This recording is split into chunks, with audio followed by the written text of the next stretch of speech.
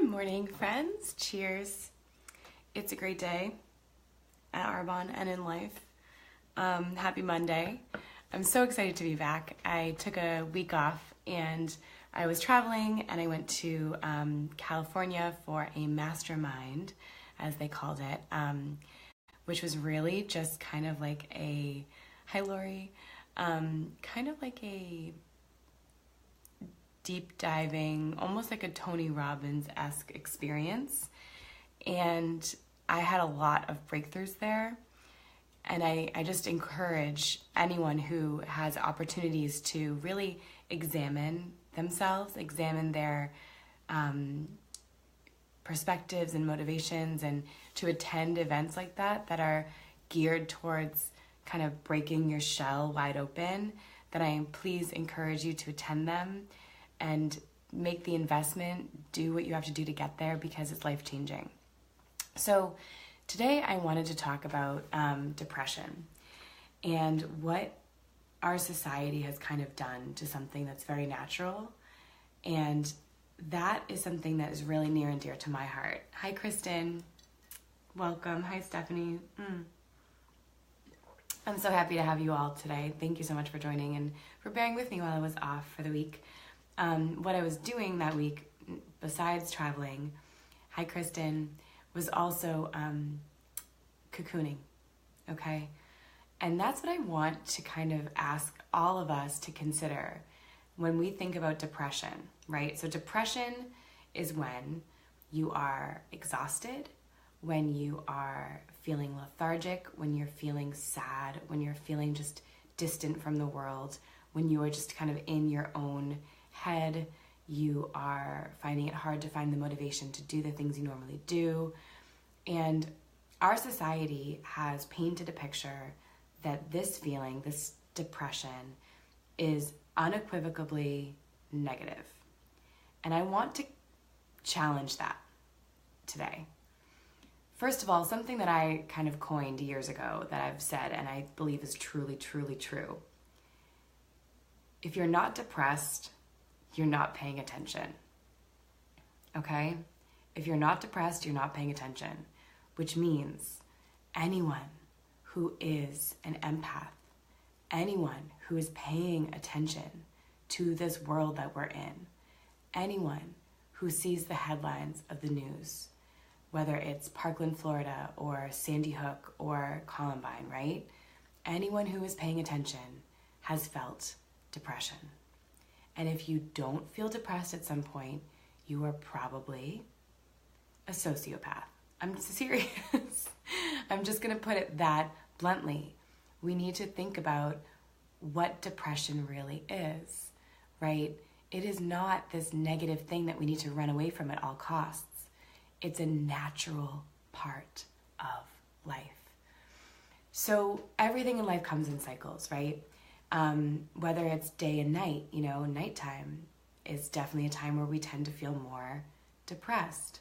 Or we can talk about the moon cycles. When the moon is full, we tend to feel alive and excited and a little crazy, a little manic. And then when the moon is new, when there's no moon in the sky, we tend to feel lethargic and, again, depressed.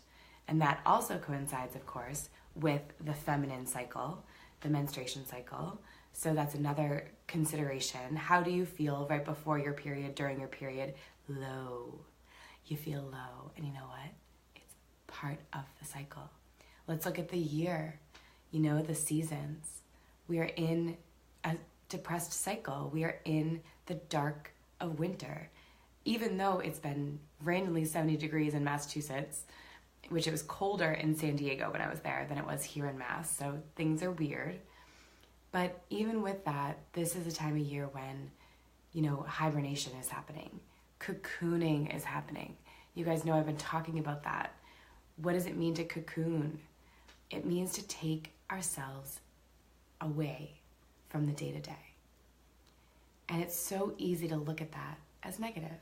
It is so easy to think, oh, I'm not as engaged as I normally am. I'm not working as hard as I normally am. I'm not grinding like I'm supposed to. What if we're not supposed to grind? Yes, Lori, butterflies. What if we're not always supposed to be grinding? What if it's okay to take a step back? I want to hear from you guys. Have any of you experienced something like this where you felt guilt around being sad? Anyone? I know I'll hear some comments in a minute. So I want to invite you guys to just think about this, right? And to accept and almost encourage when you're feeling down. Give yourself permission. Give yourself space to feel that way. So, yes, Kristen, I've been cocooning for months, taking care of me and processing everything I'm going through. And that brings up the next point. Thank you. It's beautiful. That without the cocooning, we get lost. We get lost because when we're focused on just the doing, beautiful.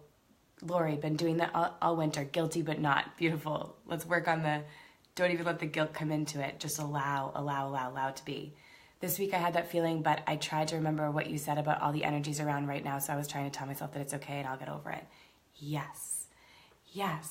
Because the thing I think that adds to the depression more than anything else is a sense that guilt, more guilt to cocoon, but learned it is necessary and learning can love it and myself. Yes. Guilt. Let's talk about that. When we add the guilt in, that's what creates even more pain, right? Just allowing yourself to be in a cocoon and being like, this is okay right now. It kind of sucks.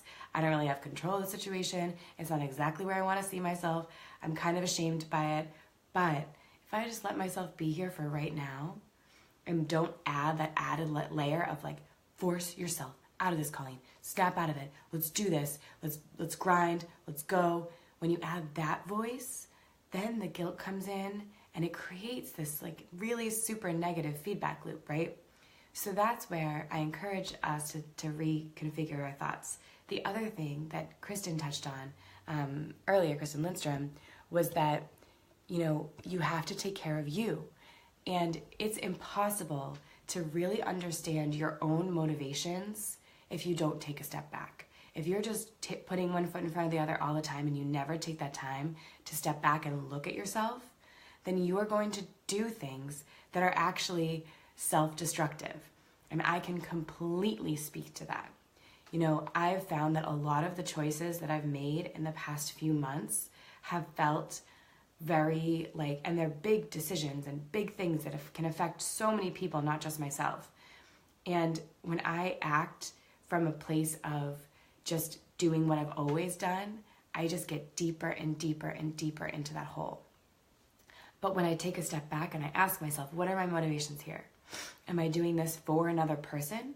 Am I trying to impress someone? Am I trying to make someone else happy? Those sorts of questions.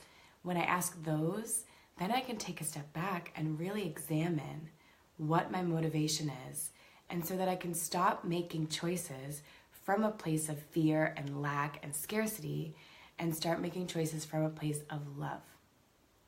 And that, my friends, is when the shift starts to come. There are so many things that come to mind. I know in the tarot, there's a beautiful card. I believe it's the 10 of Swords. And if you've seen it, it's like, oh God, that looks horrible.